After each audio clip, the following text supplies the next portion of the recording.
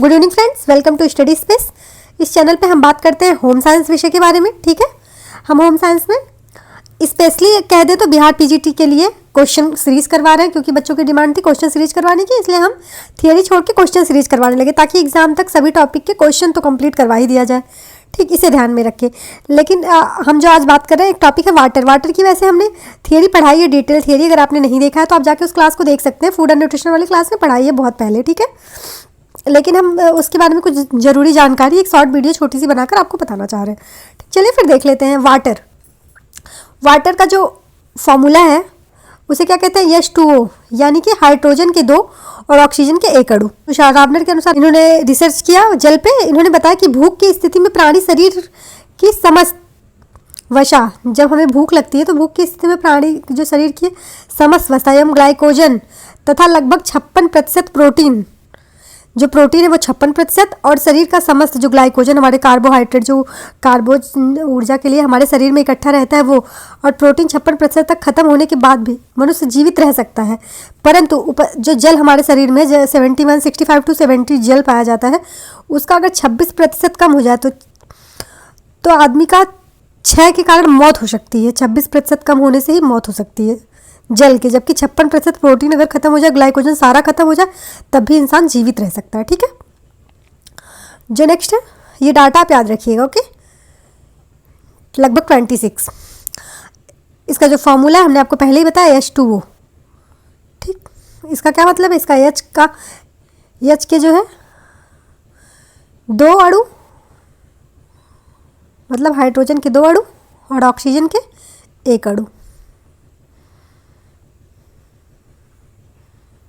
Okay, hydrogen plus oxygen से मिले अकार्बनिक यौगिक है पानी। आपको पता है कि वाटर एक अकार्बनिक यौगिक है। ठीक, इसके जो फैक्ट है वो देख लेते हैं हम। शरीर में लगभग 70% जल पाया जाता है। हमने आपको अभी बताया कि शरीर में लगभग 70% जल होता है, जल का अंश होता है। जो मोटे लोग होते हैं उनमें वसा ज़्यादा होती है, जल थोड़ा कम होता है। बच्चों में बड़ों की अपेक्षा वसा कम और जल ज़्यादा होता है। वायु की वृद्धि के साथ साथ जब हमारी उम्र बढ़ती है जैसे जैसे, वैसे वैसे वसा की मात्रा ज़्यादा होती जाती है और जल की मात्रा कम होने लगती है। ठीक है, अब जल को कहाँ कहाँ डिस्ट्रीब्यूट किया गया है बॉडी के किन किन पार्ट के लिए? अंतः कोशिका में 50%, ओके, अंतः कोशिकाओं में। बाह्य कोशिकाओं में 17%, रक्त प्लाज्मा में 4%, ओके, जशिका द्रव्य है उसमें 7%, और जो ऊतक द्रव्य है उसमें 6%।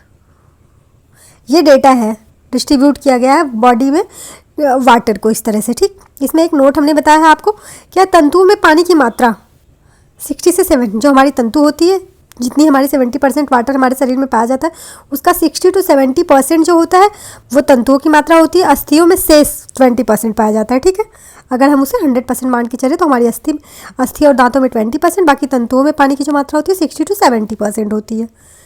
Resource of water in body, body में वाटर का क्या रिसोर्स है? तरल पदार्थ के रूप में जो तरल भोज्य पदार्थ हम खाते हैं, ये भोज्य। ठीक, जो तरल भोज्य पदार्थ हम खाते हैं उसमें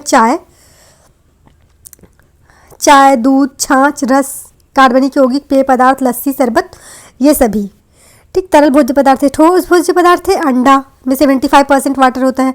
फल सब्जी में 75 से 80% वाटर होता है। अनाज में 8 to 20%। ठीक है, और ऑक्सीडेशन के लिए ऑक्सीकरण की जो प्रक्रिया होती है उससे भी हमें जल प्राप्त होता है। ठीक है, ऑक्सीकरण की क्रिया से कितना जल प्राप्त होता है? जो ऑक्सीकरण की तीसरा जो था, ऑक्सीकरण की क्रिया से देखिए 1 ग्राम कार्बोहाइड्रेट से 0.6 ग्राम वाटर प्राप्त होता है। ठीक है, 1 ग्राम फैट से, यानी कि 1 ग्राम वसा से, जो वसा है 1 ग्राम वसा से 1.07 ग्राम वाटर प्राप्त होता है। ठीक है, 1 ग्राम प्रोटीन से 0.41 ग्राम वाटर प्राप्त होता है। ओके, जो नोट है उसमें एक नोट इसमें देखिए हमने बना है, एक स्वस्थ व्यक्ति प्रतिदिन चयापचयी क्रियाओं से जल प्राप्त करता है 300 से 400 ग्राम। एक शख्स व्यक्ति होता है वो चयापचयी क्रियाओं से प्रतिदिन, जो हमारी ये चयापचयी क्रिया होती है उससे प्रतिदिन 300 से 400 ग्राम जल प्राप्त कर लेता है। ठीक है, अब देखिए शरीर से जल का निष्कासन कैसे होता है। इसका जो निष्कासन होता है गुर्दे से, किडनी से, मूत्र के रूप में 1.5 लीटर तक निष्कासन हो जाता है शरीर से जल का। ठीक, हमारी किडनी से 1.5 लीटर तक जल का निष्कासन हो जाता है। ओके, और जो बड़ी आता है हमारी लार्ज इंस्टेंटाइन, उससे 100 ml मल के रूप में, सिर्फ 100 ml ही जाता है मल के रूप में, ठीक है।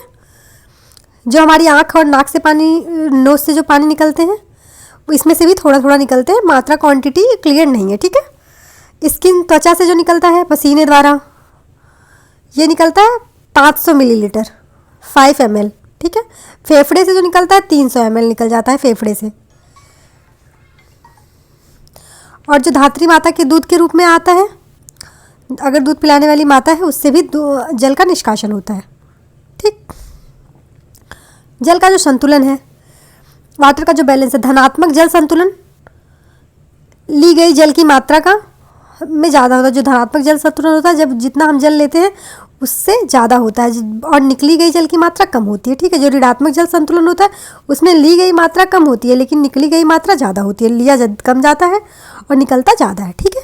ऋणात्मक जल संतुलन में जल संतुलन का तात्पर्य जितना जल ग्रहण करना उतना ही उत्सर्जन करना। इसका तात्पर्य यह है कि आप जितना जल ग्रहण कर रहे हैं उतना ही उत्सर्जित हो। फंक्शन ऑफ वाटर, पोषक तत्वों के हस्तांतरण में, ट्रांसफॉर्मेशन, न्यूट्रिशन, पोषक तत्वों के हस्तांतरण में जो होता है ये फंक्शन करता है, ठीक है। अनावश्यक भोज्य पदार्थों को बाहर निकालने के लिए भी फंक्शन करता है। घोलक के रूप में भी कार्य करता है जल जो हमारा होता है। तापमान को नियंत्रित रखने के लिए कार्य करता है, और नाजुक अंगों की सुरक्षा भी करता है। शरीर के निर्माण के लिए कार्य करता है। स्नेहक के रूप में कार्य करता है हड्डियों में, ठीक। और कोशों के संरचनात्मक घटक के रूप में भी कार्य करता है। पाचन की क्रिया के रूप में कार्य करता है, ठीक। ये पाचन की क्रिया में भी सहायता प्रदान करता है, ओके। चलिए, इस वीडियो में सिर्फ इतना ही, क्योंकि ये जल से हमें लगा कुछ आवश्यक जानकारी, इसलिए आपको दे दें। आप चैनल को सब्सक्राइब करें, बेल आइकन को प्रेस कर लें ताकि नोटिफिकेशन आपको मिले और आप हमसे जुड़ सकें, okay. Thank you for watching this video. मिलते हैं नेक्स्ट वीडियो में।